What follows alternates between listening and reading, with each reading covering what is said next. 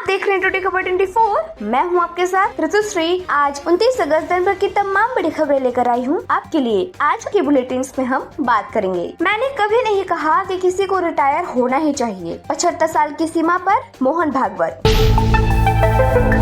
राहुल गांधी की बिहार रैली में पीएम मोदी और उनकी मां को अपशब्द कहे गए। भाजपा ने माफी की मांगी की। मुंबई में 4 मंजिला इमारत जो 27 अगस्त को गिरी थी, इमारत गिरने से 17 लोगों की मौत, 9 घायल। सीएम ने प्रत्येक मृतक के परिवार को 5 लाख रुपए देने की घोषणा की। बिहार मतदाता सूची में नाम शामिल करने या बाहर करने की 1.95 लाख से अधिक मांगे लगभग 25,000 का निपटारा हो चुका है।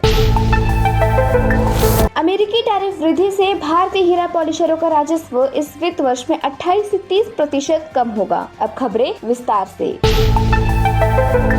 राष्ट्रीय स्वयं सेवक संघ RSS प्रमुख मोहन भागवत ने गुरुवार को संगठन के शताब्दी वर्ष के अवसर पर आयोजित कार्यक्रम में मीडिया को संबोधित किया। मोहन भागवत ने कहा कि उन्होंने कभी भी 75 वर्ष की आयु में सेवानिवृत्ति की वकालत नहीं की, न ही उन्होंने कभी कहा कि किसी को सेवानिवृत्त हो जाना चाहिए। इससे ये चर्चा समाप्त हो गई कि उनका इशारा प्रधानमंत्री मोदी की ओर था, क्योंकि भाजपा में नेताओं को 75 वर्ष की आयु के बाद पद छोड़ने के लिए प्रोत्साहित करने की परंपरा रही है।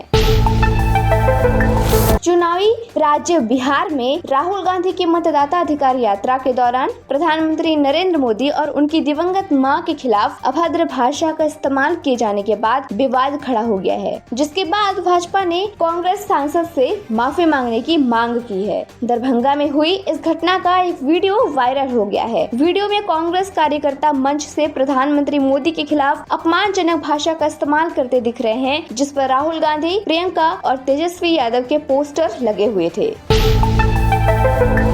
महाराष्ट्र के विरार पूर्व मुंबई में 27 अगस्त को एक 4 मंजिला इमारत गिरने से कम 17 लोगों की मौत हो गई और अन्य 9 घायल हो गए। ये हादसा नारंगी इलाके के रमाबाई अपार्टमेंट में हुआ। एनडीआरएफ, पुलिस और दमकल विभाग द्वारा बचाव अभियान अभी भी जारी है और अब तक 24 लोगों को बचा लिया गया है। अधिकारियों को आशंका है कि मलबे में अभी भी और लोग फंसे हो सकते हैं। जिला मजिस्ट्रेट इंदुरानी जाखड़ ने बचाव कार्यों का जायजा लेने के लिए घटना स्थल का दौरा किया। मुख्यमंत्री देवेंद्र फडणवीस ने शोक व्यक्त किया और प्रत्येक मृतक के परिवार को 5 लाख रुपए की आर्थिक सहायता देने की घोषणा की। राज्य आपदा प्रबंधन मंत्री गिरीश महाजन ने भी स्थिति का जायजा लेने के लिए घटनास्थल का दौरा किया।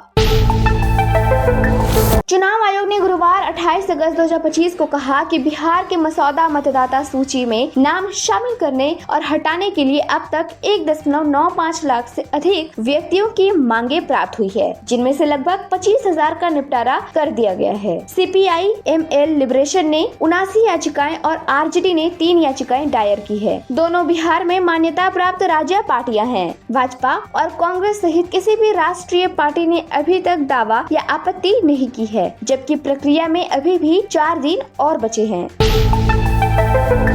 क्रिसिल रेटिंग्स ने एक नोट में कहा कि रत्न एवं आभूषणों पर अमेरिका द्वारा 50% टैरिफ, 25% पारस्परिक शुल्क तथा 25% जुर्माना लगाए जाने से भारत के प्राकृतिक हीरा पॉलिशिंग उद्योग का राजस्व इस वित्त वर्ष में 28 से 30% घटकर $12.50 बिलियन रह जाने की संभावना है, जबकि पिछले वित्त वर्ष में ये $16 बिलियन था। रिपोर्ट में कहा गया है कि पिछले 3 वित्तीय वर्षों में प्राकृतिक हीरों की कीमतों और बिक्री की मात्रा में 40% की गिरावट आई है, क्योंकि अमेरिका और चीन में मांग कम हो गई है और प्रयोगशाला में विकसित हीरो से प्रतिस्पर्धा बढ़ गई है। इस सप्ताह से प्रभावी 50% टैरिफ से अमेरिका को निर्यात करना 2 कारणों से कठिन हो गया है। पहला, उद्योग के कम मार्जिन के कारण वृद्धिशील शुल्क को वहन करना बहुत कठिन हो गया है, तथा दूसरा, घटती मांग का अर्थ है कि उपभोक्ताओं पर वृद्धिशील बोझ डालना आसान नहीं होगा।